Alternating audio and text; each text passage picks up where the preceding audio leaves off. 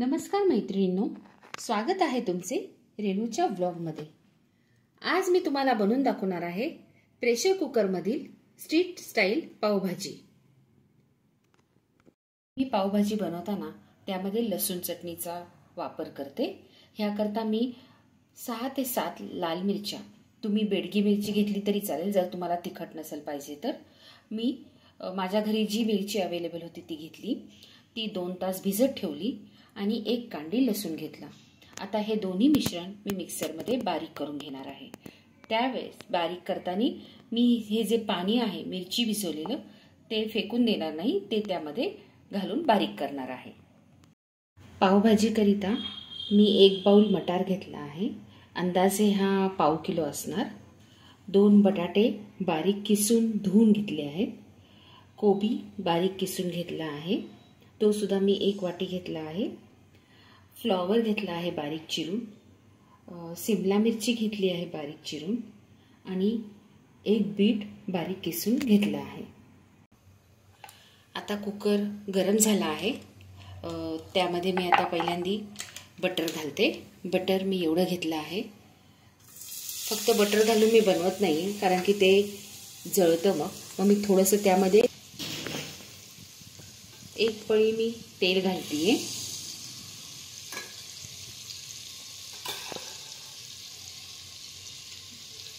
चांगलं ते गरम झालं की त्यामध्ये आपण जिरं घालूया। 1 चमचा मी जिरं घालतीये। जिरं तडतडलं की त्यामध्ये हळद घालायची।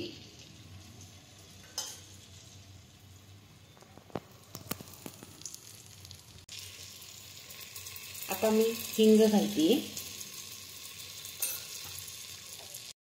आता मी बारीक किसून घेतलेला अद्रक घालतीये।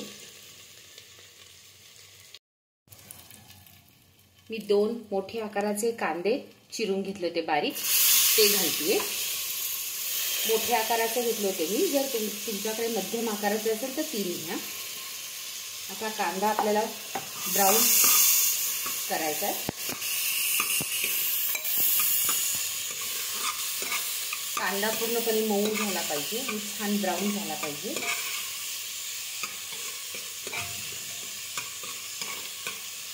छान असा बटरचा वास येतोय।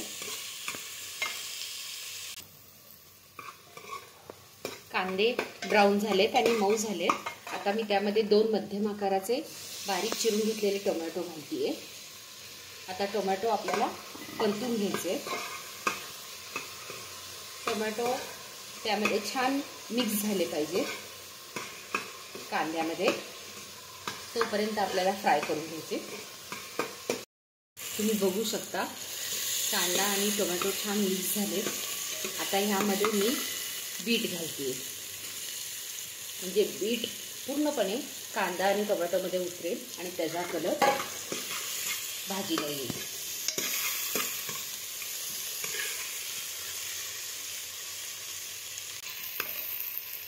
आता मी जे मटार घेतले होते ते मटार टाकते ह्यामध्ये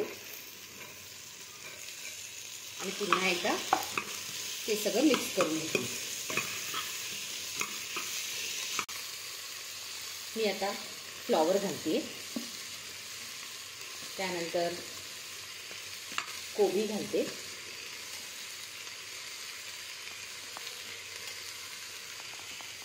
आणि हे दोन्ही पुन्हा एकदा परतून घेते।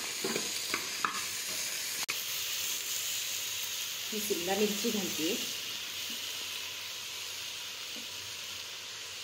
आणि सगळं पुन्हा एकदा हलवून घेते।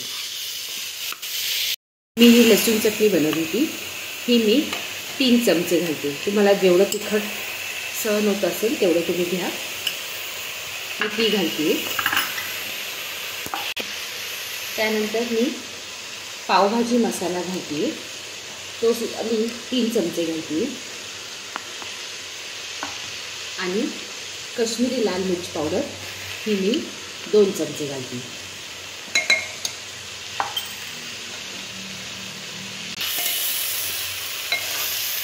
हे सगळं मिश्रण मी हलवून घेते आणि मग त्यामध्ये आपण किसलेले बटाटे घालूया।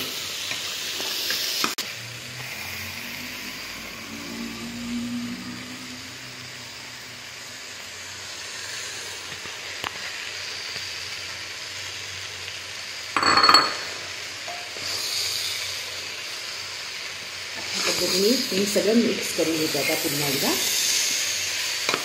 मी सगळं छान मिक्स करून घेते. तुम्ही पाहू शकता बीटमुळे छान कलर येतोय. आता ह्यात आपल्याला मीठ घालायचे. आता मी मीठ घालते ह्यामध्ये. मी ह्यामध्ये 2 चमचे मीठ घालते.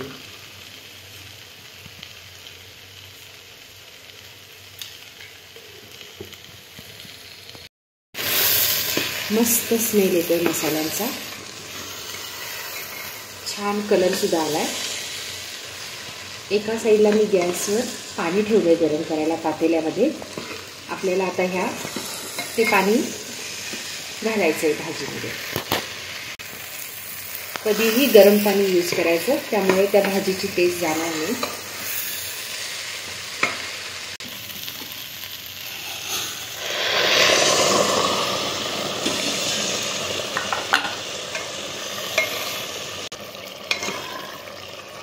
पाहू शकता तुम्ही हे मिश्रण अशा पद्धतीने दिसतंय. आता मी कुकरचं झाकण लावून ह्याला 2 शिट्ट्या करून घेणार. आता थंड झालाय, मी तो उघडतीये. हे बघा अशा पद्धतीने ती भाजी दिसती. मी तिला एकदा हलवून घेते. छान मिक्स झालीये आणि शिजलीये. आपण बटाटे सुद्धा मगाशी किसून घेतले होते, त्यामुळे आपल्याला जास्त आता ती स्मॅश करावी लागणार नाही. आता मी स्मॅशरनी हे सगळे बारीक स्मॅश करून घेते. हे बघा मैत्रिणींनो, मी अशा पद्धतीने ही स्मॅश करून घेतली. आता मी गॅस पेटवते. एक साईडला मी पातेल्यामध्ये पाणी ठेवले गरम करायला. ते पाणी गरम झालं की थोडं आपल्याला यात घालायचंय आणि ह्या भाजीला आपल्याला वरून फोडणी द्यायची.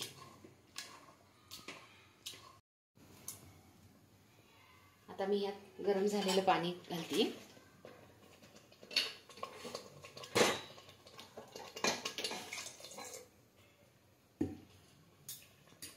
त्याला एकदा ढवळून घेते.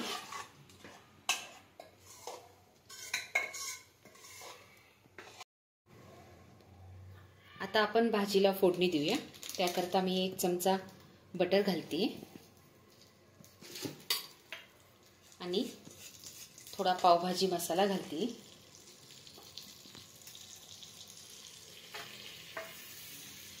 आणि ही फोडणी आपल्याला भाजीत घालायची.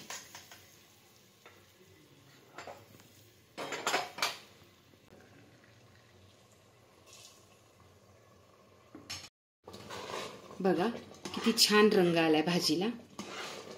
वास खूप छान सुटला. आता ह्याला वरतून मी कोथिंबीरनी गार्निश करते.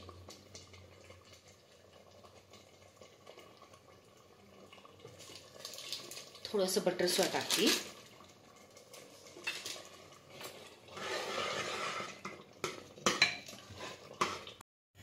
आता एक साईडला आपण पाव गरम करून घेऊया.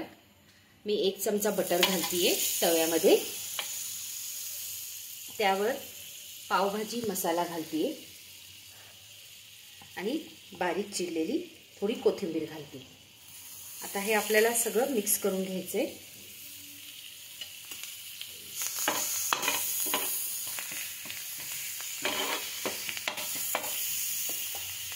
आणि ह्यावर पाव भाजून घ्यायची. आता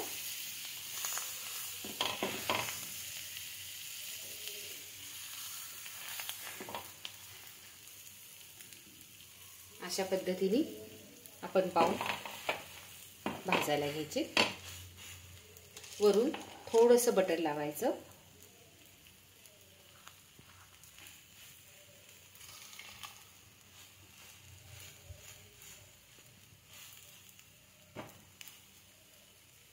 आता मी हे थोडे प्रेस करून घेते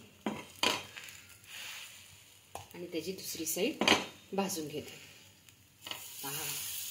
किती छान दिसतात बघा. टेस्टी सुद्धा लागतात हे.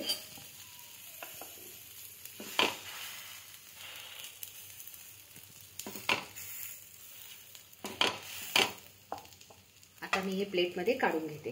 अशा पद्धतीने तुम्ही बाकी सर्व पाव मी आता भाजून घेणार आहे. अशा पद्धतीने आपली भाजी रेडी झाली आहे. मी आता ती सर्व करते प्लेटमध्ये. अशा पद्धतीने आपली पावभाजी मी प्लेटमध्ये सर्व केली आहे. माझी आजची रेसिपी तुम्हाला कशी वाटली हे नक्कीच मला कमेंटमध्ये कळवा. जर माझी रेसिपी आवडली तर शेअर आणि लाईक करायला विसरू नका. धन्यवाद.